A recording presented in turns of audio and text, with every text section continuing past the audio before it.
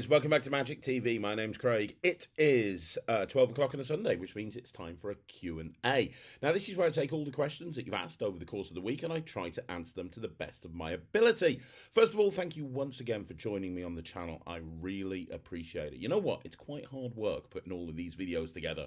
And the reason it's worth it is because of people like you that are watching these videos. If I was just making videos and nobody was watching it and engaging with it, there wouldn't be any point. But it seems that every single week, there's more questions to ask, the watch time goes up, more people subscribe, and I'm never going to be the biggest channel, but I appreciate that every single one of you really want to hear what I've got to say, so thank you so much. Now, a couple of things you need to know if you've never seen the Q&A before. First of all, you're getting my raw and filtered opinions. I'm not reading these questions beforehand. I'm not preparing for the answers. So it's kind of an off-the-cuff thing. Now, if there's a question that I think needs to have a longer answer, I will get to that for you. I will kind of do that normally. Normally after like a week or two, sometimes a little bit longer, I will make a full video about that particular subject, and I'll let you know in the question. Also, you want to try and get your questions in as quickly as possible. I typically film these Q&As on a Monday or a Tuesday. Today's actually a little bit later than that. I'm filming this on a Thursday. But if you want to guarantee to get your questions answered, try to get them in as soon as possible. If I miss your question, I am very sorry, and I promise you I will get to it. Just leave the question again down below and I will get to it the following week. Now, there are a lot of questions this week, so we're going to get straight into it. Without further ado, let's get into this week's Q&A. So the first question is from the Mystery Box Studio, who says, question, you mentioned in many videos that you can customize cards easier than ever before with Alakazam, but wasn't Print by Magic around for ages. Also, there is Made playing cards, or Make playing cards. They offer a wide variety of options, different cards, sizes, different stocks and all. Not to mention they're way cheaper, and by cheaper I mean half the price and lower with no setup fee. Is it just something you perceive as easier than ever just because Alakazam operates from the UK, or what? Because honestly, personalised cards have been around for a long time and at cheaper prices. P.S. I should add that my experience with Alakazam wasn't the best, because when I was asked what kind of inks they use, expecting a serious answer, they said the kind of ink that makes the magic happen. But if you know about inks, you know why it's important to know what they are using. Okay, so let's unpack that. So first of all, I've been using MPC for years. Whenever I do a project with Phil Smith, I use MP3. I use MPC, Made playing cards, or Make playing cards. So I'm well aware of Make playing cards. Realistically, the options have always been Make playing cards and Print by Magic. Let me explain why I think it's easier than ever before with Alakazam. So first of all, when Print by Magic was around, it was Thomas Anthony that was running it on his own. He didn't really have a staff. He didn't really have a team around him. It was literally just him. He's also a very busy performer and goes out and performs. He also has a shop and films content for YouTube and does a review show and is a busy online dealer and produces and creates his own tricks. And he's literally a one-man band. And Print by Magic wasn't just around for printing for magicians, but it was around for printing for a bunch of other stuff as well. So it took a while sometimes to get something off Thomas Anthony. And that's not a negative. That's just because manpower was an issue. I remember when I was wanting to do, I was going over to America to do America's Got Talent, and it was the semi-finals, and we needed a version of the what we now know as the Mind Blocks deck. It hadn't been released at that point, but we had to the version of the Mind Blocks deck that was an ambulance. And Phil had designed it for me, and we'd sent it to print at Made playing cards, and they hadn't bought it, got it back to us in time, even though they promised it would, and we paid extra. So we went to Thomas Anthony, and he was just really busy, and he was able to do it for us, but I had to drive up to Manchester to go and get them, and that was with like a 3-day lead time. So that's the first thing. But with Alakazam, they've got their own team in-house. They've literally hired Emilio to just focus on printing the cards. You've got the infrastructure in Alakazam behind the scenes. Also, you've got access to Aid Gower. So if you go to Alakazam with no option and you've just got an idea, but you don't have a design, they can get Aid to design it for you. So there's more infrastructure, and therefore things get turned around a lot quicker. I believe they're looking into a second machine. Things are so popular. And with Make playing cards, I use Make playing cards all the time. A lot of my Prototyping is done with made playing cards. But here's the problem. There's a couple of problems. First of all, they're in a completely different country. It takes a long time for them to ship pretty much anywhere. Like I said, with America's Got Talent, we gave them like a 3-4 week lead time, and they still didn't get it to us before we had to leave to go to LA. And the other thing is, they will not print on rider-backed playing cards. They just won't do it. So I've just got a prototype deck sitting over there that was printed at Made Playing Cards by Penguin. It's a prototype for a thing I'm bringing out of Penguin. And I'm having to split those cards and attach them to rider-backed cards because they've printed them on a deck that's not rider-backed.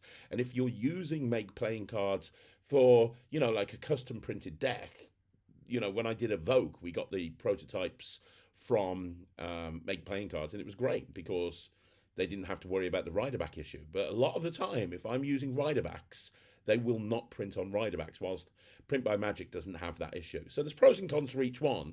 But by and large, because Alakazam will print on any back design, any front design, they've got their own in-house designer, and they've got a team in place that they can use to kind of speed the process up. That's why I make the statement that it's easier than ever before. It's just my opinion, but that's what I think. Now, in terms of Alakazam not being the best, I mean, don't forget they've only just got into the printing game. They might not know the answer. They're not printers. They've bought a printer. They're learning about printing, and I think they're learning more and more every single week. They're educating themselves, but they might not know the answer. I wouldn't know the answer. But that's a question for Alakazam. That's not for me. I mean, ask Alakazam. Say, hey, can you give me a sensible answer, please? And if they say, well, I don't know what the answer is, then you've got your answer. But I get where you're coming from. My personal experience is Alakazam have always been amazing, but that's just kind of what I think. Okay, Jean Montura Estielli says, question for a future episode. You have been rightfully very critical of the Magic Cafe over the Ted Karmolowicz conviction and their stopping of any discussion. Why have you not been equally of critical of Penguin for making money off his legacy? At the moment of writing this, it's featured on their homepage as a 20 bestseller, and they seem to be getting a complete pass in the conversation. Okay, so a couple of things about that. On the very first episode of the podcast where me and Lloyd talked about Ted Karmolowicz, we had a discussion about Penguin Magic, and I made the statement, and I stand by it, that I would, if I was Penguin, not sell it. I would take them, I would put them in a bin, and I would not sell that book. I don't have to keep banging on about the same thing. Lloyd and I brought up the Ted Karmolowicz situation again this time because somebody made a comment in the comments of the YouTube video for the last Magic podcast, and we wanted to address that. But in terms of Penguin, yeah, I've been very, very open. I don't think that they should sell it. Just like I've also said, Murphys were wrong for selling Jim Pacey's The Web. Because don't forget, that's a very similar situation. Murphy's Magic, who I also work with, remember, by the way, so it's got nothing to do with the fact that I work with Penguin and Murphy's. But Murphy's Magic took a trick that was released by a person who's in jail for like 20 years for paedophilia and re-released it to the Magic community under his name. I think that's wrong. I would take all of the webs and I would chuck them in the fucking bin.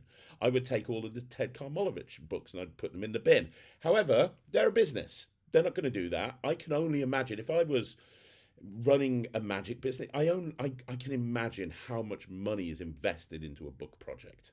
I can imagine how much money is invested into a physical project. In order to jettison all of that and put it in the bit, effectively put it in the trash, because of how a percentage of the community feels, big percentage, but it's how the community feels, that would be a very difficult business decision to make. And like I said on the podcast, that is not a decision that I would want to make at all. That's a difficult, because you could, Penguin are the size where they could weather the storm of doing that, but a lot of smaller production companies, they're literally surviving on a product by product basis. It's why Vulpine Magic went under. It's why 1914 went under before they were bought by Alakazam. For the simple reason, if you're a smaller production company and you bring out a trick and that trick tanks, you don't have the money to invest in the next trick. Penguin don't have that issue. Penguin could weather the storm, but even then it would be a huge chunk off their bottom line. But having said that, I've still been very, open and honest, and I've said, I don't think Penguin should be selling that book. And I've said the same thing to Penguin. So yeah, I mean, look, I'm going to be on the Penguin booth at Blackpool. And at one point, they were going to be bringing some copies of the book, because here's the thing: not everybody is aware of this situation, and magicians do genuinely want this book. They've taken it to magic conventions before, and it's completely sold out. So people do want that book, but I said to them, I don't really feel comfortable being on the Penguin booth with that book on the booth as well. So guess what? They're not bringing it. They're not bringing it to the Blackpool at all. It's not happening. Not being brought to Blackpool, even though I know there's going to be people coming up to the Penguin booth and going, you know what, can I get the Karmalovich book? They're not bringing it. So, but I can't tell them to, take every single copy of that book and burn it. I can't do that. But I can be open and honest, and I can say, Penguin shouldn't be selling it. I've said that multiple times on the podcast and on this channel. But I'm still friends with the people at Penguin. I know them very well. They are good people. Everybody at Penguin are good people. They, it's a family vibe. Whenever I go to Penguin, I feel like I'm part of their family, and they are good people. And they're they've made a decision, and that's fine. And I think other companies, if they were in the same situation, they would make the same decision. But I have spoken about it. Now, I think it's very different to what the cafe are doing, because they are literally just not even letting people talk about it. They're not letting people talk about this issue at all, and I think that's a major problem. But that's what it is. I have actually spoken about it multiple times, and I'm speaking about it again now. So, I don't know the question really. You say, why have I not been equally as critical as Penguin for making money off his legacy? I don't think they were aware of the situation when they started the process of publishing the book. I don't think anybody was. Because nobody had heard about this. It wasn't public knowledge. It was only when the Jerk spoke about it that everybody began to realise exactly what this was about. Now, he was obviously convicted way before the Jerks broke the news, but I think it had just been forgotten in the midst of time. I'm willing to bet Penguin weren't even aware of the situation, because I wasn't. A lot of other people weren't. It was only when the Jerks broke the news that's when we all found out. So I remember on the very first podcast that me and Lloyd were talking about this, and Lloyd brought it up. I was even questioning, are you sure we're talking about the same Karmalovich? Are you sure we're talking about it? Nobody knew about this. Now everybody knows. But when it first broke, when the Jerks dropped it, nobody kind of really knew. So, look, it's an ethical decision. I wouldn't want to be in their shoes. I really wouldn't. But, that's it. They have to do what they have to do. Okay, so the next question is from Darren Gregg, who says, hi, Craig. Hey, Darren. First, I was wondering if you could tell us how you got into magic and at what age. I did a deep dive on me a little while ago, but I got into magic when I was 18 years old. I was a redcoat at Butlins, and I met a magician called Ulysses, and I fell in love. Not with Ulysses, I should point out.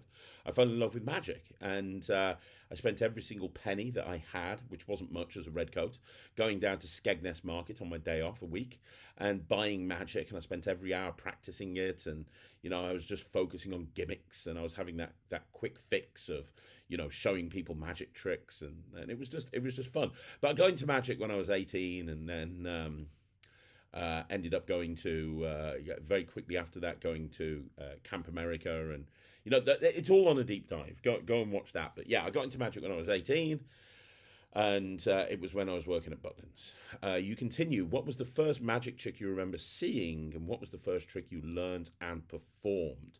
The very first magic trick I remember seeing was a Halloween special from Paul Daniels, where I remember being really impacted by this, and I can't remember how old I was, but he was doing this thing where he was going to escape from a sarcophagus, and I can't exactly remember what happened, but I think the thing closed, and everybody thought he died, and the program went suddenly off the air, and that was it. That was the end of it. It was like he didn't manage to do the escape. It wasn't like, and now he's at the back of the room. You were watching this escape, and he was like, okay, Paul Daniels is dead. And it wasn't like the internet was around back then, so you couldn't go on Facebook and go, oh my god, what's happened to Paul Daniels? Is he dead? Does anyone know? Just nobody knew. They just went into another program, and from all intents and purposes, Paul Daniels was dead. And I was like, Jesus Christ, what the hell? That's nuts. And that kind of got me interested in Paul Daniels. I wasn't really that bothered about watching him before then, but then I started watching it. And like I say, I kind of had a passing interest in magic before I got into it properly, but it wasn't something I was like majorly into. But yeah, I was watching Paul Daniels, I think was the first trick. I remember my mom and dad telling me they got me like a kid's birthday party clown or magician at the age of 4 or 5. And I seem to remember something to do with the dove pan. But I mean, that was so long ago, I can't really remember it. But that was the first magic trick I saw. You also ask, what was the first trick I learned and performed, and who did you perform it for? Well, the first trick that I don't forget, I was at Butlins at the time when I learnt magic. So the first trick I saw, well, there was this guy that was coming in all the time and doing shows at Butlins. So I remember seeing his illusion act, and I remember seeing Impaled and really liking Impaled. But the first sort of close-up trick I saw was a Svengali deck, because when I decided I wanted to learn magic and I went down to this magic shop, they got out a Svengali deck and they performed it for me. And I learned and I performed it for everybody at Butlins, all of the staff, all of the people that were there on holiday. Literally anybody who would stop and let me do magic for them, I would perform this Svengali deck, and I'd do it over and over again. Then I kind of moved away from cards and I focused on coins, because this magic shop sold really expensive Eddie Gibson coins and dynamic coins and soft coins and things like that. So I ended up doing a lot of coin magic. And I think my go-to, my EDC, my trick, my main trick was dynamic coins. So there you go. Yeah, that's a little bit of a history of me. But I did a deep dive over Christmas. So if you want to see more about me, you can check it out there. Okay, so Darren Gregg also says, what do you consider the best magic trick of all time and why? What do I consider to be the best magic trick of all time and why? Okay, so illusions, if you're taking an illusion act into consideration, I would say it would have to be the split press. And the reason is it's kind of the ambitious card of the illusion show world. It's just a very, very, very adaptable, wheel it in, do it in any situation, completely surrounded, crowd pleasing type of an illusion. It's by Guy Barrett. It's just brilliant. Best stage magic trick, I would say, would have to be the destination box. If there's any Netrix members on here, you'll know that I do destination mistake, which is taught on the Netrix, and I do it at literally every single gig. I do it as a front of cloth piece in an illusion show. Destination mistake is brilliant, and it all focuses on John Allen's brilliant destination box, which is one of the best props ever made. Close up, I would say, if close up card trick, I would go for card in the box. I just love card in the box. I do it at every single opportunity. I love that I can shorten it and lengthen it as long as I want to. It really puts across great skill. I love it. And coins, I would say my empowerment routine that I taught on the Penguin Holiday Special just gone, which is the coins across where the spectator actually vanishes the coins themselves. They do the whole thing. And then kid shows, if we're throwing kid shows in, I would say Timmy Toilet Paper by Tom Bagone. He does it in cabaret. I do it in cabaret, but to be honest, it's a big kid show trick for me. I love the fact that with the toilet roll and a mouth coil, I've got 7 minutes, and it is amazing. So there you go. Those are the best tricks of all time. If you want to know, like, the best trick of all time that I'm never, ever, ever, ever, ever going to perform in a million years, I would say Copperfield's Vanishing the Statue of Liberty, because that is literally the thing that got more people talking about magic at that point than anything else. Okay, so the next question is Matthew Wennell, who says, Hi, Craig. Hope you're doing well. Yes, thank you. Feeling a lot better. What is the best brand for appearing of Vanishing cane?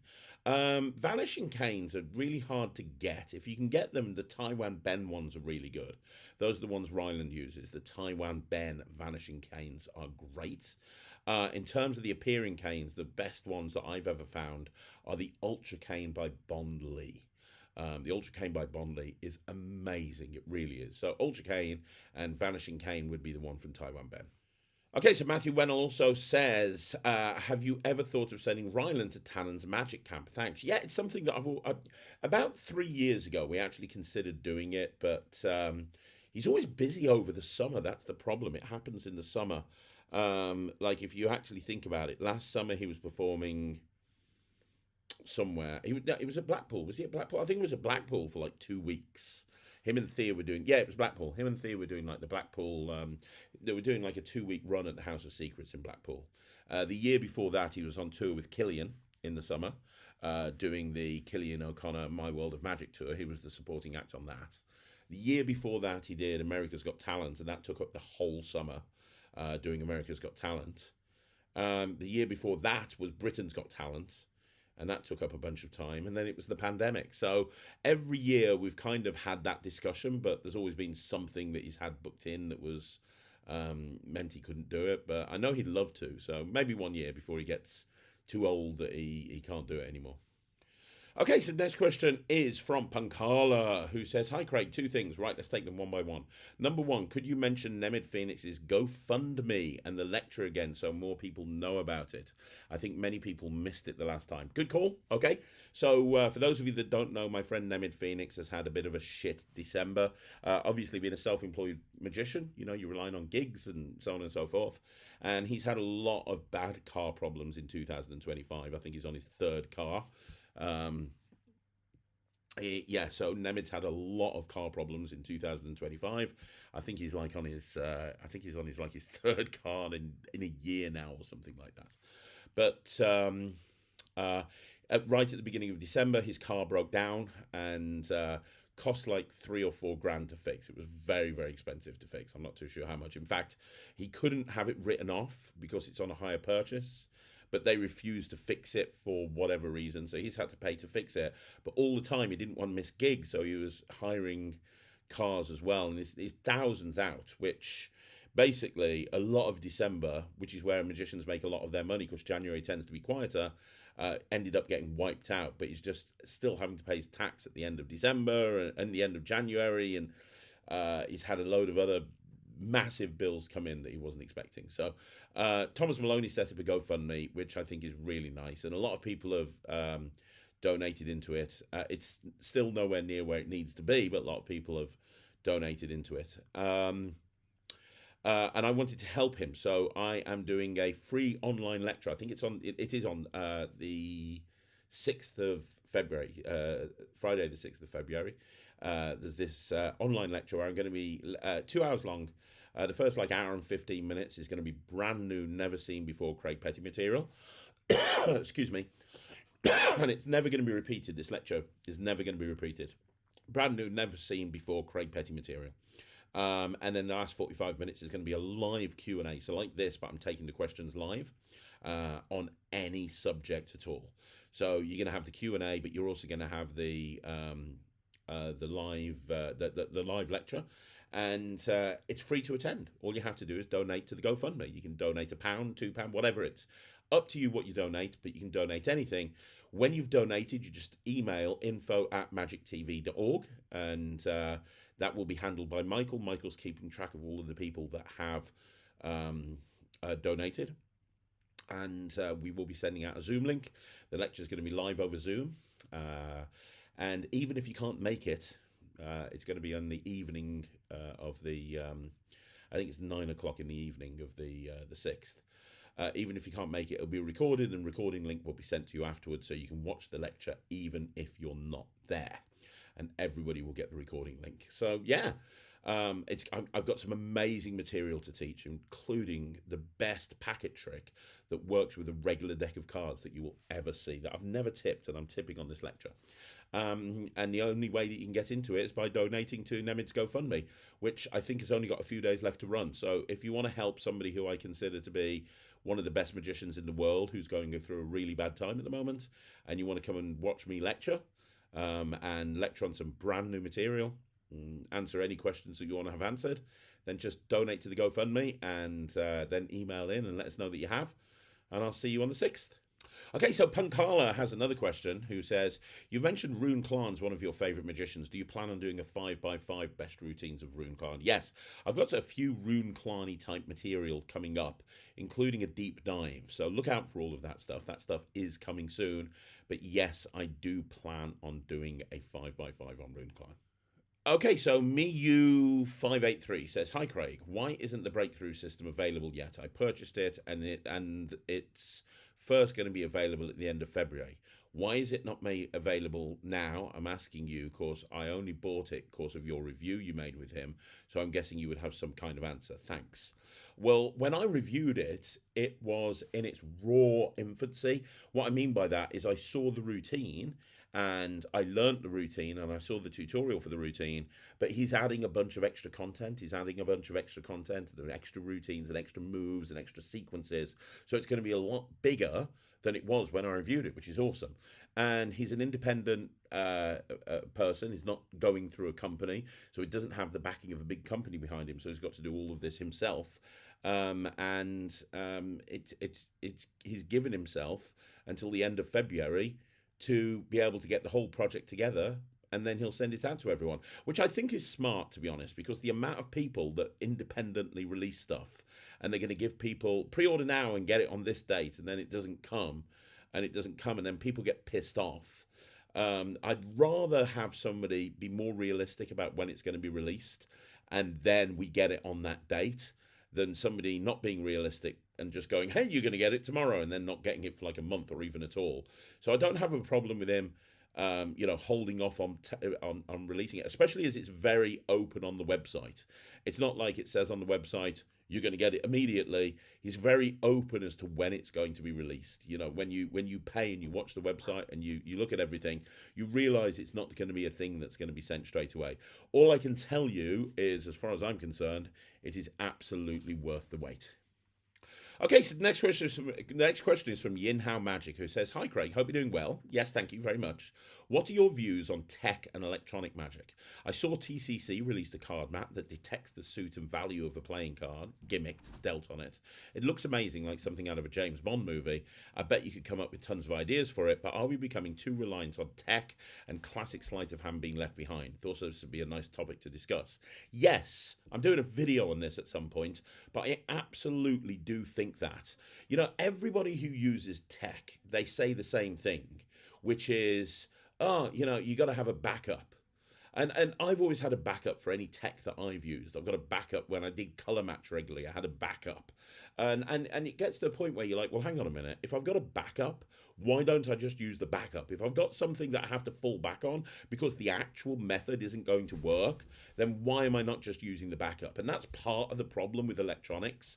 Part of the problem is they fail from time to time, and when they do, you're screwed, and it's through no fault of your own.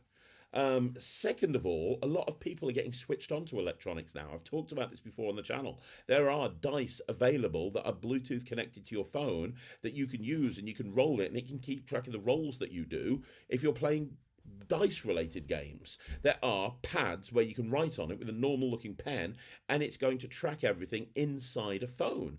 It's like the technology that magicians are using right now.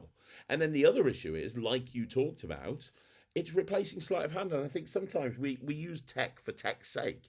This is a perfect example. This is not a review of the TCC card mat thing, because I can't review it. I haven't got it.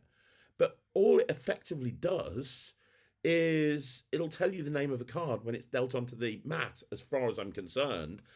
Why? You know, I kind of understand if you're using tech to do something that is not replaceable with any other method, something like the inversion board or the motherboard or something like that, or the stuff that Yao Miranda puts out, where you've got that, you've got that blackboard and you have somebody name something and it's just there on the blackboard. That sort of thing, I can understand why you would use that in your show, because there's no other way to achieve that. But I've got a fucking million ways of knowing what a card is. A million different ways. A mark deck, a stack deck, a force, a control, a glimpse. There's a million different ways, and that's not even going into sleight of hand. That's self-working stuff. You know, if I'm going to spend 500 quid on a trick, at least let's make it a trick where it does something that I can't do within 5 minutes of getting into magic and learning how to do a crosscut force. Because honestly, from a spectator's point of view, if I do a crosscut force, if I have them shuffle the cards and then glimpse the top card. Or I use a marked deck and I have them shuffle the cards and I look at what the top card is. And then I blindfold myself and I have them cut the cards and mark the cut. And I tell them there's no way I can know where they cut to. And I have them look at the card and shuffle it into the deck. And blindfolded, I can tell the name of the card. I can do that within 2 minutes of getting into Magic. And from a layman's point of view, from the point of view of a spectator, from the point of view of an audience watching the trick, there is no discernible difference between the 500 quid mat and between the and between using some basic sleight of hand and a marked deck. I see performers that have an over reliance on electronics and an over reliance on this sort of technological advancement in Magic, and they don't learn the traditional approaches. I've seen mentalists who say that they use sleight of hand and say that they use lots of different techniques, whilst in reality they don't. In reality, they use the same electronic principles that they've always used, and it is through the same 3 or 4 tricks over and over again, but make it look like it's more than it is. And I think that, at some point you have to say to yourself, why would I want to buy that? Why would I want to buy a 500 quid mat when I can achieve the same thing with some basic sleight of hand? So yes, I'm doing a video on this, and this is not a review of TCC's mat. I'm sure it's amazing. TTC are brilliant. I just think we're getting to the point now where we're just making things so easy. What's the point? Magic's meant to be a bit hard. Why are we making it so freaking easy that it's accessible to absolutely anyone? And that's not me gatekeeping. That's not me being elitist. I just think that you should have to put some effort in. It's just, I don't know. Maybe I'm just a grump, but that's my opinion. Okay, so my next question comes from Skippy Pictures, who says, thanks for your answer. I hope you had a good week. I did, thank you very much. My question this week is about coin toss for heads and tails. Which method is the most baffling? As always, sorry my English. Your English is great. Have a good week to yourself as well. I use the one that fooled Penn and Teller, that Penguin Market. I can't remember what the name of it is. It's the one that Penn and Teller, it's the one that when you go on Penguin and, you look at the description of the trick, there's a video of Penn and Teller going, oh my God, I was completely fooled. That's the one I use, because that's the one that, for me, is the most surefire. I don't think you need more than one method to do heads and tails. I think you find the one that you like. I've heard a lot of people speak quite highly of John Allen's, and there's a bunch of other people as well. But for me, it's the Penguin one. That's the one that I like the best. Okay, so the next question is from Joette7022, who says, hi, Craig. How do you film your gigs? Do you ask a friend to come along? Do you pay a professional camera person? Do you just set a tripod you're doing on stage? Thank you. Also, not a question, but your video supercharged openers, classics like the Chicago opener, but advanced version of some. Also, not a question, but a video idea.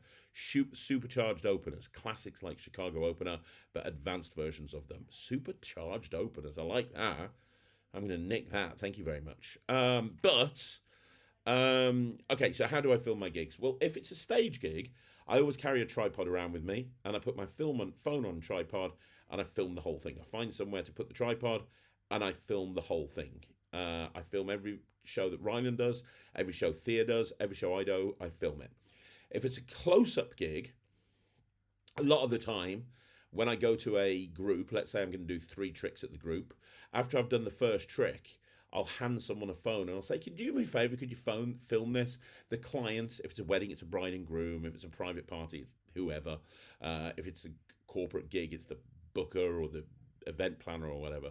I'll say, the bride and groom are too busy to come along and watch Magic, but they wanted me to send them some video. So would you mind holding the phone so I can video? You can video me doing some magic for them. And they'll go, yeah, no problem. Because they're not going to turn around and go, no, the person who's invited us to this wedding, I do not want them to see any of this. They'll go, yeah, no problem. And I do send it to the bride and groom afterwards. If I go to a wedding and I've had like 10 people film me, I'll send all of those videos over to the bride and groom. And typically, those people are going to react really well as well, because they know they're going to be watched by the bride and groom. So if it's close up, that's what I do, and I get some really great footage that way. And I'll just go through the footage and I'll find the stuff that I think works really well, and I'll just use that. But for stage, I typically set my phone up on a tripod and I film it from a distance. Robert Lubrisky says, about self-levitation, check out Fun Fly by Jimmy Delp. I think it looks great. Brilliant. Thank you very much. I will do. I've not heard of that before, so I'll go and check it out. Fun Fly by Jimmy Delp. Thank you. Okay, Kevin Span says, "Hi Craig, just a reminder that you were going to follow up on the Bluetooth Sharpie device that Greg Rostami showed you during your interview. Thanks for help tracking this down." Yeah, I've reached out to Greg. I've not had an answer yet, but I have gone back and watched the interview, and yeah, it looks amazing, doesn't it? It's like a big thick Sharpie with buttons on the side. It looks great. So yeah, I have reached out to Greg. I've not got an answer yet, but I'm going to continue to track him down, and when I get an answer, I will drop it here on the Q&A.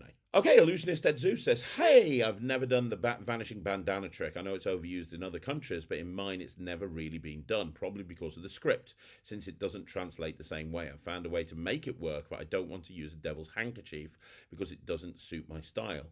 Can you recommend another way to make a banana disappear?" Well, the problem is you're using a real banana with real pulp coming out of it. So the reason a devil's hank works is because you can line the inside of it with like a bag, like a sandwich bag. Because if you don't, you're gonna have to wash that thing every single time, and it's very, very difficult to get the banana out. So that's why devil's hank has always been really kind of useful for this sort of thing. However, a rip-apart change bag would work quite well. If you've ever seen the rip-apart change bag, where it's a change bag and it's got two things, but you can rip it open with Velcro, Practical Magic kind of have those quite regularly. They do an awful lot of those. That is great. The Vanishing Bandana, the rip-apart change bag would work really well for that. I'm trying to think of other ways of vanishing it. You could maybe do a revert, but Hocus Pocus. You could do a drawer box, maybe, actually, thinking about that. So you could do a drawer box and you could drop it into a drawer box. So rather than using a drawer box to produce something, you could have an empty drawer box, drop the banana in, and use the drawer box to vanish the thing. That would work quite well. And Hocus Pocus have those sort of flight cases that are tip over trunks. You could do a reverse tip over trunk flight case thing, and rather than making something appear out of the flight case, you can make something disappear. That would work quite well as well. And the only other thing I can think of is using a gimmick table like a Portal X or a Black Artwell table, and have a sort of a savant either at the back of the table or have an Artwell built into the table, and you could take the banana and it's on the table, and you scoop it up into the savant or into the Artwell and vanish it away from the table as you step away. Or you could cover it up with a cloth and then lift the cloth up, and it's dropped down into the savant. So anything like that I think would work quite well. But be warned, because you are going to get banana everywhere. Oh, one more thing that you could do if you perform in a suit, you could very easily do a... I'm trying to think if you could. Yeah, you could. You could very easily do a top it. So you could have a top it very easily. You could even top it and have a visual vanish, or you can have a top it and you could take a big piece of paper, like a newspaper, hold the newspaper in front of your body. So as you take the banana to put it inside the newspaper, it's going into the top it, and then you come in and hold it and grab it from the other hand, and then boom, that would go. So yeah, any of those would work. Okay, so the next question is from Steve Black, who says, "Hi Craig, does your Parlour show have a theme? Do you have different shows with different themes for different venues or audiences? Be interested how you develop your ideas."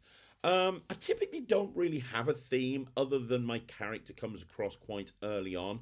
So with a Parlour show, my character is... my character in every single show is kind of like a charming cheat. Like somebody who does not pretend that magic is real. Instead, I'm very open to the fact that I'm using sleight of hand and I'm using cheating techniques in order to deceive you. That could be, I'm using body language and I'm studying you. It could be that I'm using sleight of hand, or it could be that I'm using pickpocketing. I'm basically a grifter. That's kind of my persona when I'm performing. And in my Parlour show especially, there's a lot that leans into that. There's a lot of pickpocketing and pseudo pickpocketing themes.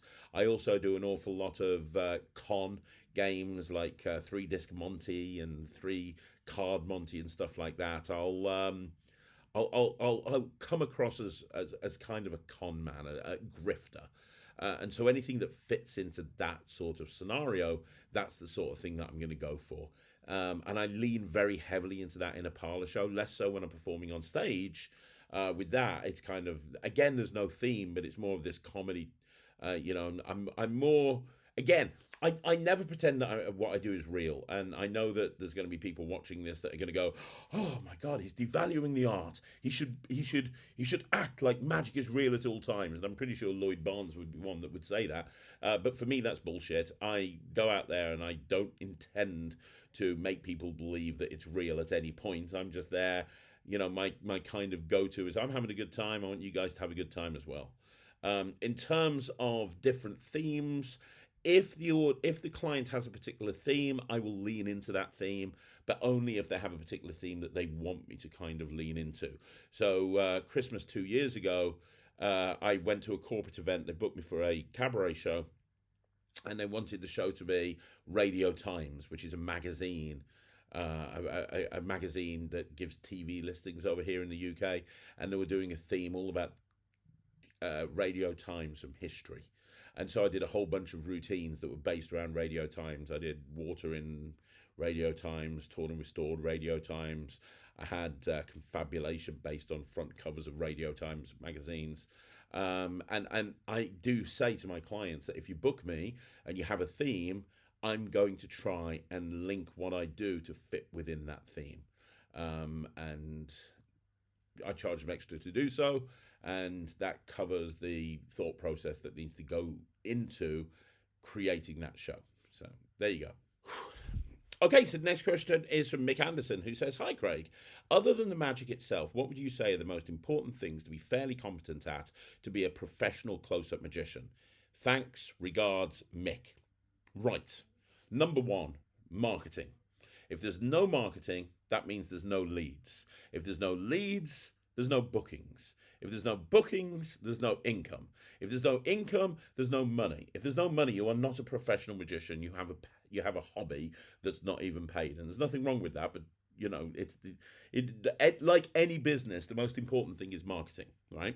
So marketing, and within marketing, you need to get good at learning how to build websites. You need to learn how to manage SEO, create content, write engaging copy for a website, write engaging copy for emails. You need to learn about CRMs and client relationship management. You'll need to learn about email marketing. You need to learn about face-to-face marketing. You need to learn about how to actually win friends and influence people. You need to learn how to come across as a really nice person when you meet people for the first time. You need to get out there and let people see who you are. So you need to be able to do networking events and learn how to do networking events, learn how to do wedding fairs. All of this is very important. Video editing, video production. All of that is very, very important. Then moving on the customer journey, you need to learn how to do sales. You need to learn how to do sales calls. You need to learn how to speak to people and motivate them to buy. You need to learn how to turn negatives. You need to learn how to impulse people. You need to learn about impulse factors. You need to learn how about closing and sealing the deal, both on email, face-to-face, and also over the phone. You need to learn about telephone technique. Then you're going to need to learn about how to book people in. If you're using a CRM, you're going to have to use that. You're probably going to need to learn about basic automation, learn how to use something like Zapier. You're going to need to learn how to use something like MailChimp, something like Meet Edgar. You're probably going to learn how to send contracts. You're going to learn how to write contracts. You're going to have to learn how to learn how to bookkeep. You're going to have to learn how to take payments. You're going to have to learn how to do that side of things and how to incorporate that into the customer journey. You're going to have to learn about how to do tax returns, VAT returns, corporation tax returns, all of that sort of fun stuff. You're going to have to learn about all of that. All of that is very, very important. And that's just the business side of things, and that's the basic business side of things before we get into review strategies and SEO and PPC and all of the more advanced stuff that you're going to have to learn as well in order to generate leads. Then you're going to have to learn about how to be a really nice person. Then if you're going to doing stage, you need to learn how to work on a stage. You're going to have to learn about how to speak their language, how to do lighting, how to do sound. You're going to have to learn about how to run lighting and sound cues. You're going to have to learn stuff like OBS and things like that, or whatever system that you're going to use. You're going to have to learn about everything. then you're going to have to learn how to just be a nice person. The thing I've always struggled with, you have to learn how to have a fashion sense. I rely on Sarah for that one. There's a million things. And this is why so many people quit when they become a professional magician. The reason so many people quit is because they decide they want to be a professional magician and they think they're going to be doing magic all the time, whilst in reality, the magic is the fun bit. 98% of what you do is the bullshittery. 98% of it is all of the crap that you need to do in order to run the business. And people leave their job and become a professional magician because they want to be a professional magician. They spend all of their time doing stuff that they don't like doing, and they end up quitting because they're not doing what they wanted to do in the first place. Basically, it can be summed up as you have to learn how to get good at business. Okay, Joe Greenslade says, "Hi, Craig. I met you at the session and you were so lovely." Oh, thank you very much, Joe. You caught me at a good day. Though I now know how busy you were dealing with work issues, I feel I should apologise for interrupting you. Please don't. I love chatting to people. So question one, you got two questions. We'll take them one by one. Question one, first, I'm putting together a family show. Do you recommend any companies or dealers that I should go and see at Blackpool? Weirdly, your thing has just gone. I have no idea why. That's weird. Okay. What dealers should you go to look for family entertainment props and so on and so forth? Well, number one, you should go to Practical Magic. Practical Magic are probably the number one company. It's run by Gary Dunn, and they sell some amazing stuff for family magicians. If you're a family entertainer, you should go and check out Gary Dunn. Secondly, you should go to Albion Magic. Alec Powell has some really nice material that you can use in the family show. Some of it's dated right now, but it's so old it's new, so it's definitely worth going and checking out some of his stuff. Also, by the way, you should go and watch the Family Entertainer of the Year to get inspiration. Notice I say inspiration and not copying, but you should go and check out the Family Entertainer of the Year competition. That's a very good competition to go and check out. So Family Entertainer of the Year, definitely, tick. You should go and check out Practical Magic. You should go and check out Alec Powell. Also go check out Thomas More Creative. We Add Wow. A lot of his stuff is higher end illusions. He has some great stuff for family entertainers as well. His snow table is brilliant if you want to do Snowstorm. He's got a really nice version of the Dove Pan that uses a Quality Street box. So go check out that. And then my favorite company is Tricked Magic. Go check out Tricked Magic. They have some great stuff for the family entertainer. First of all, they have the rights to a lot of the Smoky Mountain Magic range. There's a lot of stuff that Smoky Mountain do that's perfect for a kid show entertainer. Thea does this K-pop Demon Hunter act, and it uses Smoky Mountain props. They're color changing donuts Ryland uses in his kid show all of the time. So yeah, there's some really nice stuff that you can go and check out, and go and check out the Hat from Pad. Hat from Pad is amazing. It's my favorite family entertainment piece of all time, and it's not cheap, but it really will stand you apart from anyone else.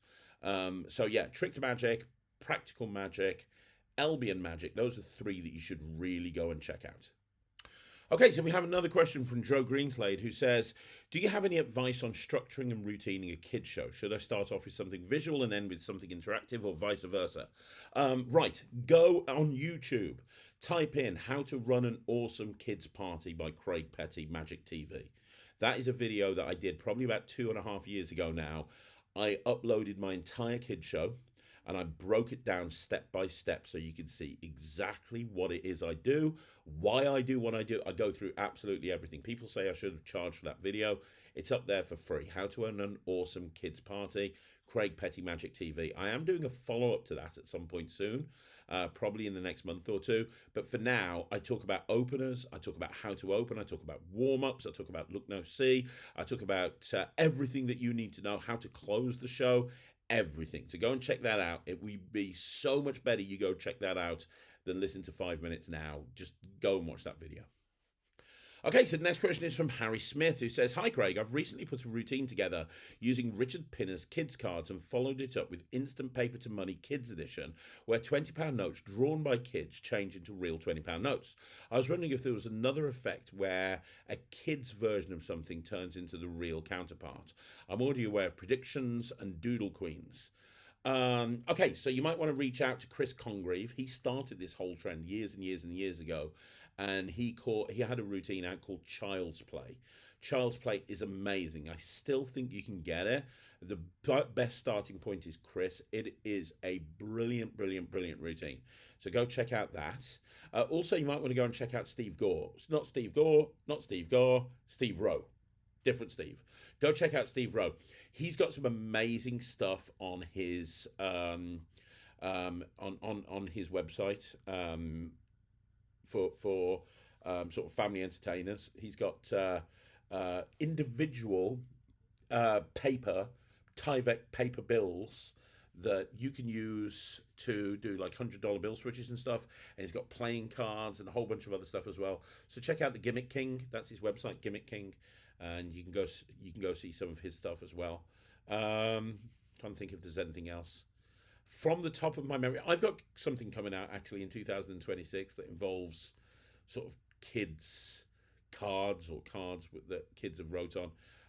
So you know, just keep checking out my releases. But for now, that's probably your best bet. Okay, David Blaine says, "Hey Craig, any videos on quarantine? Looks great." Yes.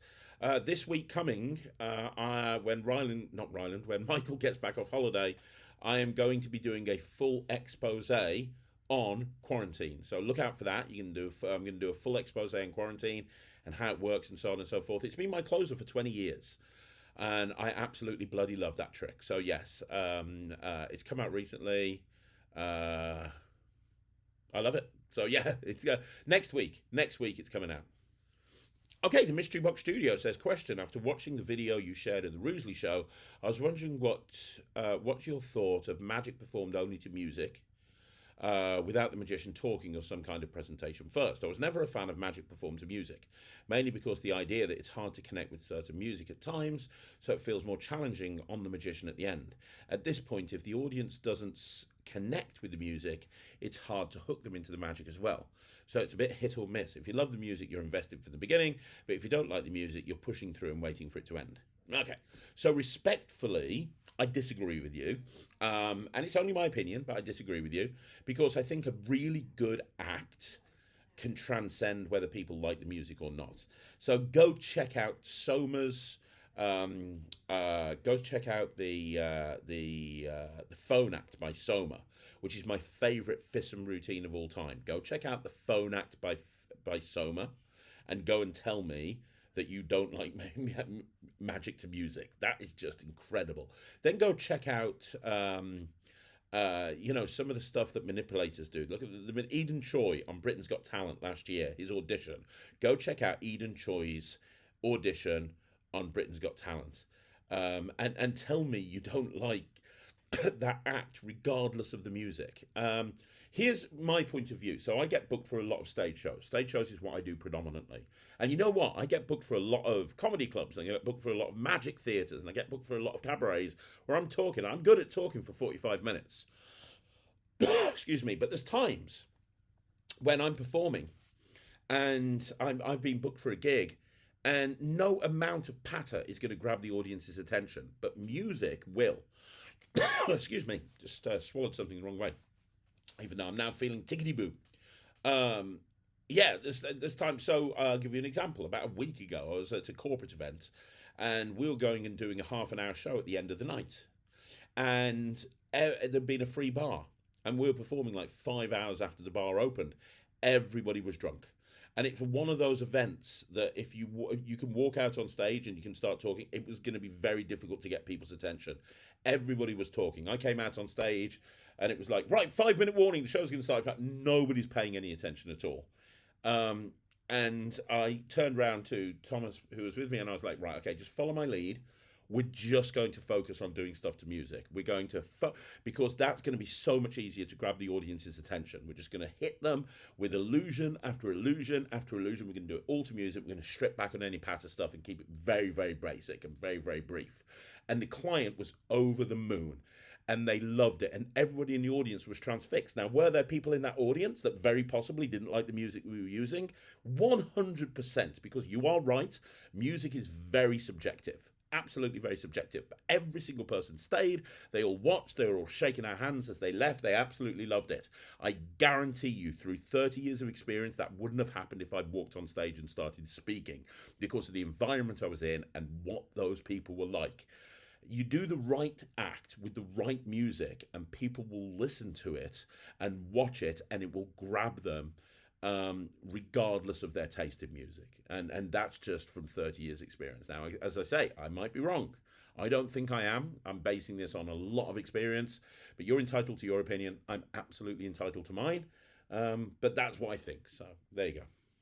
Daniel Young, the legend that is Daniel Young, says, hey, thank you for providing us with endless content. Much appreciated as always. You're more than welcome, my friend. We've seen quite a few legacy books come out recent years.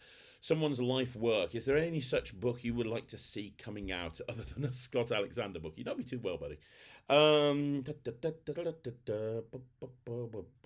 That's a great question, isn't it? That's an amazing question. Shit. Doc Eason, Bill Malone. I know they've both brought out DVDs back in the day with L&L, and they've got smaller books out, but a big legacy-style book set of... In fact, I love bar magic. It's my favourite type of close-up magic. Like, the things that really inspire me is watching the Bill Malones, watching the Doc Easons, watching the J.C. Wagners, watching the Scotty Yorks of the world go and do their thing. I'd like to see more bar magicians get legacy book sets. I think that would be very cool. Outside of that, I was going to say Rune Clan, but Rune's World is already out, isn't it? So you can't really say Rune Clan. Yeah, those guys, I would say. Bill Abbott. I think Bill Abbott's got a lot more to say than what we see, because we see a lot of physical releases. But as far as I'm aware, there's not been a big book of magic, and he's done so much. I think Bill Abbott. And while we're on the Canadian thing, I'd like to see another David Acker book. Acker's been out the circuit for years, and obviously his books were some of my favourite of all time. I think he's held a lot back. I think he's got a massive book in him, and I would love to see that, especially with some of the stories back in the day and some of the newer stories as well.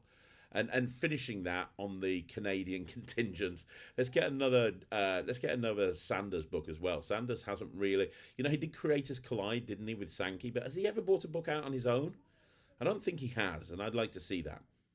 Okay, JW Magician. DW Magician says, hi Craig, Rubik's advice. I've had a ton of flight time over Christmas with my Rubik's Cube using a normal cube. However, now and again, I get a bit complacent, and when setting up a cube for a quick solve, I can inadvertently accidentally mix it. This tends to be during a full shuffle sequence timing force. What are your go-to outs when the cube is actually mixed? My current is a real-time solve, which people find impressive. Or I'm thinking of having Cube 52 cards on me, and doing a matchup. The only thing is I tend to have the mini cube out being mixed, and it's been switched in for the finale. Any thoughts? Let me know. I can tell you what I do when I mess up a cube, because I do a lot of cube magic walk around, right? And if I've not got Cube 52 on me, let's just assume it's just a cube. If I accidentally mix it up, or somebody grabs it and mixes it, or whatever the case may be, I'll hand it out and I'll say, so let's say I'm doing a cube, a force, and I've messed it up. What I'll do is I'll say, you know what, actually, let's go one step further. Can you mix this up for me? I'll have somebody mix it. I'll put all the attention on them, and I'll just go to somebody else. And I won't whisper it to them, but I'll have almost like a stage conversation with the person next to me saying, by the way, what colour would you like? And let's say they say green. I go, okay, no problem. And then I go back to talking to the group. Now, if people hear me asking that question, I'm fine with it. But my goal is that people don't hear me having that conversation, or don't notice I'm having that conversation. Because what I'm going to do then is I'm going to take the cube back, and I'm going to say, right, you've mixed it up. Let me give it a little bit of a mix as well. And I'm just going to solve the green side very, very quickly, whatever colour they've said. And then I'm going to put a 1-1-2-2 or a 2-2-1-1 or whatever into it, so that it looks like they're all mixed up. And I say, look, there's colours. You've mixed this cube up. I've mixed it up. You can see there's colours absolutely everywhere. And I point out to the person on the side, and I say, look, can you do me a favour? Could you name a colour for me? and they always name the color that I asked them about a second ago. They're going to go green. Now, if somebody, it's kind of a dual reality thing, because I want it to appear that I'm asking them there for the first time. If somebody notices I asked them the question before, I don't really care, because it doesn't really impact the effect that much, but I like it better if I can do it that way. So I go, okay, green, okay, that's brilliant. And now as I put it in their hand, and I have them cover it like this, I solve the green side. So then I say, what color was it again? Green. Okay, brilliant. What if I told you I could make, I could solve the entire cube? Would that be good? And they go, yeah. And you go, right, boom, watch, lift up your hand. And you go, oh, it's not solved. And it's kind of that magician in trouble scenario. And I say, but what color did you say? And they say green. And you say, do you see any green on top? No. Do you see that side? Do you see that side? Do you see that side? Do you see that side? Which is very much a cube effects type moment. And I say, that's because the side at the bottom solved, and that color is green. And I stop at that, because that's a nice finale, and I kind of stop at that point. Yeah, that's a really good finale. And then as I go to the next table, I'll solve the cube, because I don't like doing a legit cube. So I always open with a quick solve. I don't like having to have an out where I solve it legitimately, because I can't solve it as quick as a quick solve, and it suddenly looks bad that I solved it in 3 seconds, but now I'm solving it in like 45, 50 seconds. It doesn't make any sense. So that tends to be what I do. Or if I've got cube 52 on me, I'll have them mix up the cube, and I'll do the cube match, where they mix up a cube, they mix up a pack of cards, and the cards that they pick match the cube that they mixed as well, which, as you'll know, from cube 52. But they tend to be the 2 ways that I go if somebody mixes up a cube. Okay, so we've got another question from DW Magician, who says, Rubik's Parlour Show, I love doing the solution as a finale. However, angles prevent me from always doing this. What is an angle-proof finale to a Parlour Rubik's Cube routine? I'm considering Venom, but also the new Crystal Prism by TCC looks excellent. One of my favourite ways to end a cube routine is by doing the Clear Cube by Proctog. So I'll reach into a bag, I'll bring out a regular cube. I kind of do that Takamiz thing where I say I've got a bag here with 2 cubes in it. I say I've got a brand new cube that's not been mixed. As I put it in, I do a 2-2-1-1, and I say I've got another cube in here as well that's been mixed up. And then I put that back and I say, which cube would you like me to do the magic with? And if they say the new one, I solve it as I take it out. And I say, okay, let's use the new one. If they say the mixed up one, I just take the mixed up one out. And I leave the other one in there, and I fold up the bag and I give it to somebody. Now I do whatever cube stuff I want to do. And then I have them look inside the bag. And when they look inside the bag, the cube's been solved. So, yeah, there you go. Sorry, not the cube's been solved. The cube's turned into a block of glass. So the whole idea is I then say, big finale, what if I told you I could make every single colour on the cube disappear? The red, green, blue, orange, yellow, all the colours, even the black under the stickers. Would that be good? Reach into the bag, take it out. Oh my God, it's completely see-through. And that's probably my favourite way to end a cube routine. I actually talked about that in Cube 52. It's a killer way to end it. Okay, so Munching Snorlax says, thanks, Craig. Solid episode as usual. Question. I recently picked up Babu Nest of Wallets by Grum. It's an awesome, by the way. However, I only use it for coins and not a ring due to personal reasons. Could you suggest some ways to vanish a signed coin, please? Okay. Well, the easiest way to vanish a signed coin is with a coin vanish. Or with a handkerchief vanish. You know, have a coin inside a handkerchief and like a ring vanishing handkerchief, but with a coin. That works quite well. If you want to do a complete vanish, you can do the Joshua J thing where you put it underneath your watch band as you put it into your hand. But realistically, my favourite way to use Grum with a signed coin is to get a double-headed coin that matches the coin that you're going to borrow. And have it signed on both sides. Put your initials on both sides and have that in finger palm. Now, borrow the coin and have them sign the tail side, so the side opposite to what you signed on the double-headed coin. They sign the tail side, and then you sign the head side, and you show it them, and you say, like, this is signed by you on one side, by me on the other. Do a false transfer and put it on the table, and they're going to think that's their coin, but their coin is here in finger palm. Reach into your pocket and take out the wallet and give them the wallet. So the advantage of this is you're loading the wallet before the coin has vanished. The coin is still there. Which is the weakness with a lot of these nesting wallet routines, because they vanish the coin, then they reach their hand into the pocket after the vanish. I believe the vanish should happen after the wallet has been brought into play. So by using a double-headed coin, or by using a coin that is not double-headed, but you've just signed the head side and you make sure you orientate it correctly when you put it on the table, it means that you can have the coin apparently still in play, but you've handed the wallet to somebody right from the very beginning. And you can say something like, if this goes wrong, you can have the contents of my wallet. You know, I've got 2 kids, that's not much, but you can have the contents of my wallet. Now, you can do whatever Vanish you want to do. You can sleeve it, you can lap it, you can put it under your watch band, you can do whatever you want to do, because the focus isn't on the reappearance. You see, when you vanish something, how people's internal logic works is they want to work out where it's gone. So when it vanishes, the first thing they're going to look at is the other hand, then maybe up the sleeve, because they're thinking of logical places it could be. But if you vanish the coin and do a complete vanish, like maybe a Greg Wilson all-around vanish or something like that, and then you have the purse or the Grum wallet already in play, it becomes a much stronger piece, if that makes sense. So the question isn't how do I vanish the signed coin?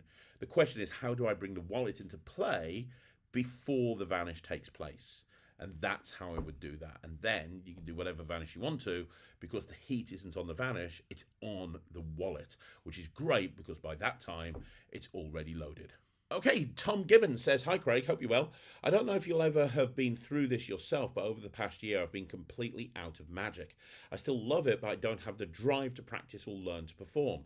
Do you have any advice to try and invigorate my passion? Yes, I do. And everyone goes through this. Honestly, I've been through it a couple of times in my career. And there's nothing wrong with that. You know, it's very, very difficult to sustain an interest in something forever, right? So what I would advise you do is think back to what you loved about magic in the first place, because a lot of the time when people fall out of love of magic, it's normally because they're forcing themselves to practice, they're forcing themselves to rehearse, or they end up doing stuff within magic that they didn't really want to do and they weren't doing when they first started. So what was it that you loved about magic that brought you into this wonderful hobby? What was it? Was it watching a performer? In which case, go back and watch that performer. If you get excited about watching magicians perform on stage and there's a particular type of magician you like watching, go and catch a couple of live shows. Go and watch some YouTube videos. Go and watch a couple of specials or something like that. Go and watch some magic and get excited about it again. If you loved, like the thrill of learning new magic, buy yourself some tricks. Just buy yourself some new tricks. But make it like stuff that are fun to learn. You know, despite what somebody like Ben Earl will say, get yourself a couple of really cool gimmicky things that you can just play with and you can just look at and go, oh, this is really cool. Don't get yourself something that's going to take hours and hours and hours and hours and hours, or a book or anything like that. But you might like books. If you like books, get yourself a new book. You might like the history of magic, in which case do that. You might like just sitting down and sessioning. I remember speaking to somebody once. He said, I've fallen out of love with magic. I went, why? He said, I don't know. I always used to love it. And I said, well, what's changed? And what had changed, having spoken to him, is he used to meet up with this group of people every week and at a magic club, and then he moved out the area. And for the previous year, he'd not really met up with anybody. He'd still been practicing magic, still been performing magic, still been doing it online, but he hadn't met up with anybody in about a year. And I'm like, go back to that. That's the thing that you love. That's your drive. That's your thing that makes you love magic. So go back and find a new group of people. And he messaged me and he's like, oh my God, I'm loving it again. Thanks for the advice. That was great. So find what it is that you loved about magic, right? Because it's going to be something. I don't know what it is, but find what you loved about magic and do more of that. And don't force yourself into rehearsing. Don't force yourself into practicing. Don't force yourself into doing anything other than having fun with it. It's a fun hobby. Just have fun with it. And don't beat yourself up if you don't want to do it. Okay, next question is from Magic Trades, who says, can you give me any advice on structuring routines together? I find I have so many individual tricks, but I don't know how to put them together or how to make them flow. Right, I could spend 5 minutes talking about this, but go and look on YouTube, type in Magic TV, Craig Petty, and talk about transitions, how to transition. I did a video on how to transition. I also did another video on set lists. So those are the 2 videos you want to look at. The first one is how to create set lists, Craig Petty. Or Magic TV, and the second one is How to Transition by Craig Petty or Magic TV. Both of those are exactly what you need to hear right now, right? I'm doing another video series on this subject in a little while, but for now, rather than me spending 2 or 3 minutes talking about that, just go back and watch those videos, because if you haven't seen them, that's the exact advice that you need to hear. Okay, Michael Warsham says, I'd like to see a video demonstrating how to make a Frixon Sharpie, including the use application of routine with it. Thank you, Craig. Okay, it's already half done. I've already put a lot of the routines together. So I would like to believe we can get this up for Blackpool. I am doing a lot of videos with interviews with dealers and so on and so forth at the moment to try and put those up before Blackpool like I always do. But, yes, if I can't get it up before Blackpool, it'll be straight afterwards. But I can do that, no problem.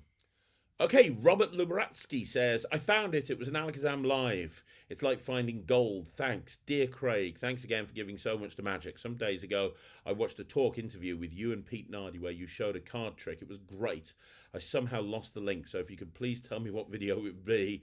And thank you for being a great inspiration, Robert. Dear Lord. I've done a lot of videos where I've sat down with Pete and Nardi and done card tricks, I'll tell you, my friend. But I think if it's the one I'm thinking of, I did an Alakazam live with Pete. They do Alakazam lives every Tuesday on YouTube and Facebook. And I did one with Pete. I think it was the first Tuesday of 2026 or the second Tuesday of 2026. And I was the special guest because I don't think Wayne could make it. So I was the special guest. So if you go back through the Facebook timeline and you go and look at all of the Facebook lives that they do on a Tuesday, look for the one with me. I taught a really cool 4-ace, excuse me, I taught a really cool 4-ace production. And I think that's the thing that you're talking about. So it's on the Alakazam socials. You can go and check it out. But thank you very much for the kind words. Okay, Scott Loves Renfair says, hi, Craig. Thanks so much for these Q&A videos. I was amazed when you did a pre-Christmas one at 3 a.m. and there were so many questions that you answered. I was really impressed by your dedication to us in your video audience. Thank you. You are more than welcome. I appreciate you being on the channel, and I'm losing my voice. This has been a long Q&A. Question: I have been working fairly steadily on my classic palm and flat palm. I'm getting pretty good at it, but lately I've been wondering if this is the best use of my practice time. Is it the first thing being taught? It is the first thing being taught in Tarbell, and I think in Bobo too, but it's hard to learn. I was wondering if you think it's a valuable skill for a beginner, intermediate coin magician. Also, what would you recommend as the first 5 or so sleights or moves a coin magician should learn? Forget about the classic palm. Forget about the classic palm. Get to that at some point when you consider yourself intermediate advanced. When you're a beginner, focus on thumb palm, focus on finger palm. Those are the only 2 palms that you need to know. Thumb palm and finger palm. You can do so much with thumb palm and finger palm. These are the first 5 moves that you should learn. You should learn a finger palm, vanish, or a French drop or something, a vanish where the coin ends up in finger palm. Then you should learn a utility switch where you've got 3 coins here, you throw them in the other hand, but you're hiding an extra coin the entire time. That's a very useful skill to learn as well. Next, learn a shuttle pass. David Roth's version of the shuttle pass is almost like a double lift for coin magicians. A shuttle pass is very, very important. Next, learn a coin switch. Learn a Bobo coin switch from Bobo's Modern Coin Magic. Bobo coin switch is going to allow you to open a lot of doors. Finally, 5, learn a spellbound. Just the classic Vernon spellbound. You'll be able to do a spellbound, like a visible coin change. You do a spellbound, you do a Bobo switch, you do some sort of vanish that ends up in finger palm, a utility switch, and a shuttle pass, and you have so many doors open to you. Then, routines. Learn Gadabout coins from Bobo's Modern Coin Magic. Then, learn Sponge from the Netrix or from my first Alakazam Academy by me. Then, learn a trick question, a questionable trick from Greg Wilson from Off the Cuff and On the Spot. Next, learn how to do a basic coins across. The Winged Silver from David Roth is brilliant, and that is a great one to learn. Absolutely a great one to learn. And then finally, learn a simple way of doing a coin through table, or do a simple matrix. The matrix that I teach by Dave Jones on the Netrix, which is also on my first Alakazam Coin Magic Academy, that's a great matrix to learn. That's what you want to work on. Stop doing the classic palm. You are wasting your time. Get to that in a year or so. Focus on the other stuff first. Okay, Stephen Murdoch says, Hi Craig, your reply to my last question was great advice, but off the mark as to what I was asking. It was during the holiday crunch time, and my point was probably lost due to details of my specific example. I'll try to be more concise this time. It was regarding my Parlour Act finale and the 10-item index. After a great deal of time and very clever but failed prototypes, I realized the solution was to simply purchase some cheap tabbed index cards off Amazon, place them in a simple open envelope in my stage box. The point to my story is not that particular problem or solution. Rather, I'd like your thoughts on how we creatives, especially magicians, can get so caught up with being oh so clever if we easily overlook straightforward solutions. P.S. I'm still developing an index to be held on the back of a large easel pad and or clipboard. I'm just not going to let that delay the development of my current Parlour show where the simple solution is the perfect fit for purpose. Once again, thanks for your time and all you do for the community. Got ya, and I'm so sorry if I didn't answer the question correctly. Look, here's the thing, right? I really do believe that we should subscribe to the KISS, not kill philosophy. KISS, keep it short and simple, not kill, keep it long and lethal. When you are putting together a routine, you want that routine to be as simple as you possibly can. And one of the things that I try to do when I'm developing a trick is I try to overly simplify everything. So if I've got a solution to the trick, I'll look at it and I'll go, okay, that's the solution and that's working great, but how can we strip this back? Are there too many phases? Are there too many moves? What can we do to streamline this and make it as simple as possible? And the perfectly, and there's a couple of really good examples, but one is I did a routine where for years where it was a version of the Henry Christ for card production. And I had so many convoluted moves in there, but it worked. It worked in front of a live audience. Live audiences loved it. But there was a lot of moves, transitional moves in between phases for me to do. And Ryland came up with a way of doing it with literally no moves. And he stripped everything back, made it almost self-working. And it's like the best way of doing that particular routine. And it took Ryland to actually put that together to show it me, to make me realize that. So yeah, we should always strive to never.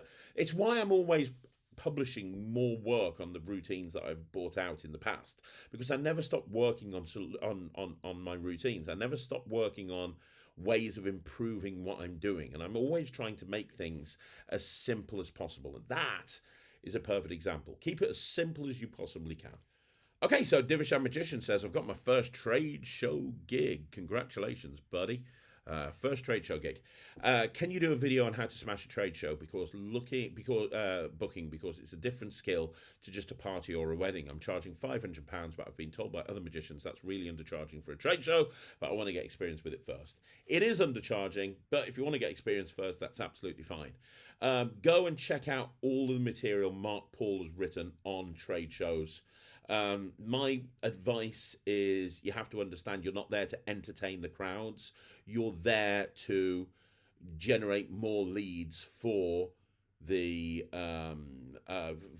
stand that you're working on. Now, there's a few different ways that you can do this, and know ahead of time going into it which way you're going to go. Some people will do walk around magic and they will stop people, and they'll be there for X amount of time, and they'll stop people and they'll pitch them on the product it is that they're trying to promote on behalf of the client that's booking them, and then hand them over to the sales team. That's fine. Some people will do like a 10-minute show every half an hour where it's almost like a sales pitch for the product that the person's trying to put across. That's a great way of doing it as well. You need to decide which way is best. You need to decide which way works for you. But the most important thing is making sure that you understand that you're not there to enter. I went to a trade show once, nothing to do with magic, and there was a magician there, and he was doing like half an hour sets for people as they were walking past. People haven't got time to see that, and also the client doesn't want you to do that. Hit them hard, hit them fast, and also make sure that you have the product knowledge that you need to be able to sell the products for them. If you're there promoting a service for a client, understand about that service. If you're there promoting a product, understand about that product, and also learn some basic sales technique. Learn about impulsing. Learn about how to actually promote the product or the service whilst you're actually performing the trick, and also get some comfortable shoes, because damn, your feet are going to hurt. Okay, so Magic Macaulay says, another brilliant video. Thank you for all you do for the Magic community. You're welcome. Question, is there any Craig Petty stage videos coming out soon? I'd love to see a video of you performing.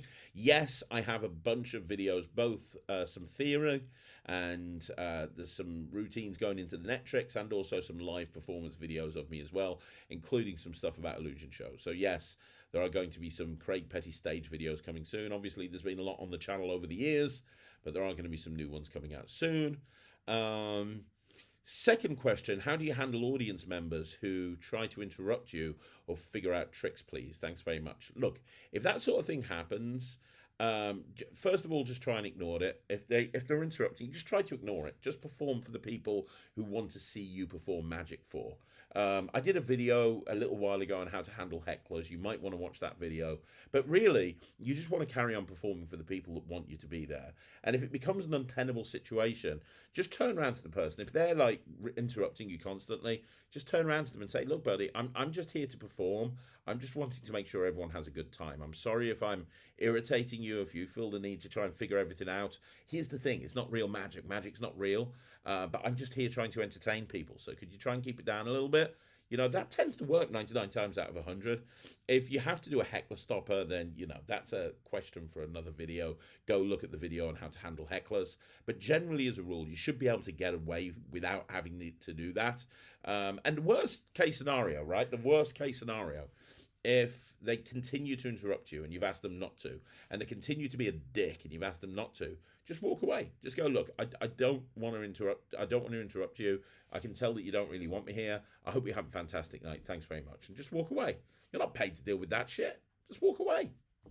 Okay, Gurgirl says, hi Craig, do you prefer performing with sponge balls or sponge bunnies? And why would you choose one over the other? I've never been a big fan of bunnies. If I'm going to perform, I'm going to use the sponge balls for a few different reasons. I've got more options with sponge balls. With sponge bunnies, I'm kind of tied into one different presentational outlet. With sponge balls, I've got more options. But the other thing is, I like using red, the syringe thing, and you can't do that with the bunnies, really. You can only do that with sponge balls. Though for me, it's sponge balls. Okay, Divishan Magician says, I'm now turning over about £25,000 a year from magic and getting about 70 gigs a year, and I've been doing it professionally 2 years. So that I know I'm on the right track, how long did it take you to get to the point where you could comfortably make a living? Am I on good track if I'm turning over 25,000 in the first 2 years? This year's goal is 30,000 turnover to me. How long did it take you to achieve this? Not including creating and selling, just gigs. I'm not asking for the sake of comparing you and me, but it's rather so I know based on your experience. There we go. Based on your experience, roughly how much expectation I should have that it takes to put magic businesses to at least constantly 40k, which is enough to run a family and pay bills like adults do. I'm guessing that would take you, stroke most people, around 4 to 5 years in total. Wow. Okay. So I can't really remember, to be perfectly honest. I don't think you do kid shows, do you, Divishan? I did kid shows right from the very first days. I did kid shows as well as close-up, as well as stage. I kind of did everything. And kid shows is really good money because on the months that are quieter for close-up magicians and for the periods of time that are closer for close-up magicians, I could always go and get kid shows. So I kind of think I hit that turnover very quickly. The most important thing that I want you to understand, right, though, out of all of this, and first of all, congratulations, you're doing great. No one can take that away from you. But first of all, the thing that you need to understand is turnover is vanity, profit is sanity. I'm going to say that again so you understand it. Turnover is vanity, profit is sanity. Now, what I mean by that is you're talking about 25k turnover, 30k turnover. You want to make it to 40k turnover. Turnover is just how much money is coming into the bank. The way to become a really successful, profitable company is by making sure that you are profitable. So what you need to do is you need to track everything from a financial point of view. Yeah, track all of your income and track all of your money that's coming in, that's great. But you also need to track your expenses. You need to track your expenses. You need to track how much money you're spending on getting this, how much money you're spending on networking, how much money you're spending on wedding fairs, how much money are you spending on, pay per click, if anything, how much money are you spending on Google AdWords, on Facebook ads, what's your marketing spend. Then you need to think about how much you're spending on each individual gig, how much are you spending to get to the gig, what's the travel, what sustenance are you spending when you get to the gig, how much are you spending on food on the way to the gig, how much are you spending on the food on the way back from the gig, how much are you spending, what is the cost of acquisition, how much does it cost to get that gig in terms of marketing spend, and then how much money are you spending in order to be able to perform at these gigs, and how much money are you going to spend doing all of that. And then how much money are you spending on props? Do you need to replace props over time? In which case, how much money are you spending on that? How much money are you spending on cars?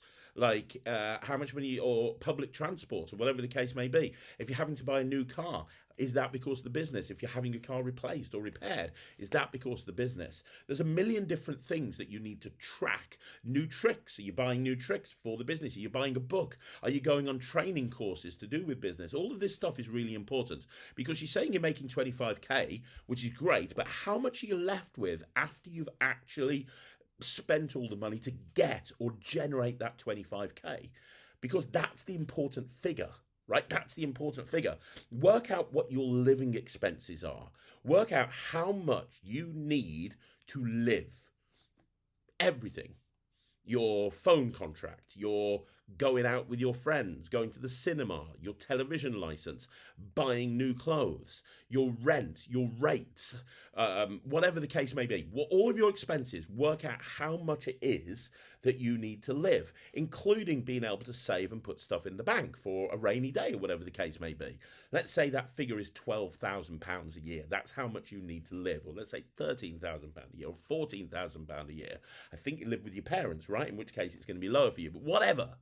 Work out that figure. That's what you should be left with, profit from the business. Okay? And so you need to work out what your expenses are and what your turnover is. And then that will allow you to work out how profitable you are. And how you become more profitable is, and a lot of people think you become more profitable by booking more gigs in, or charging more for your gigs.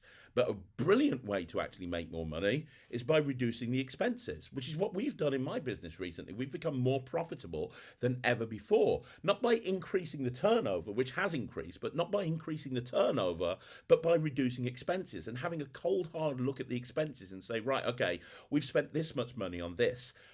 Is there a way to reduce that? We've spent this much money on this. Is there a way to reduce that?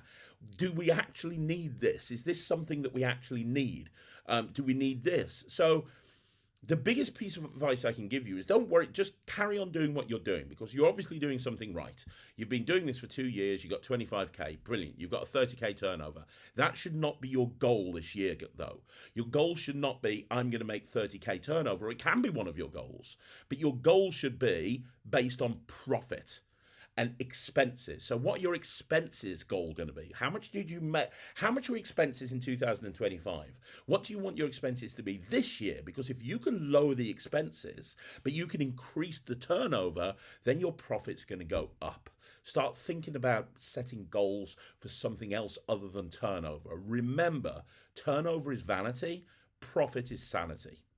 Okay, Magic Ace Orlando says, hey Craig, I have an Instagram of my magic where I just show off different sleight of hand moves with cards, flourishes, and occasionally a trick, but I'm doing them with a messy background, sometimes in my pajamas. They're not very professional. I want to slowly start putting myself in a position to perform more and hopefully get a gig this year. Should I create a separate page that's more professional, or should I keep the one I have but delete some of the lesser quality videos and only put up better performance videos going forwards? Not sure I'm overthinking things or people would really care. Carry on using the Instagram channel you've got. You've already built up some momentum on it. Like when I set up Magic TV, originally, if you go back in time and you look at the really old videos on this channel, you'll see it used to be a channel for my business. And I just set it up and carried on doing it, but I changed the name of it to Magic TV.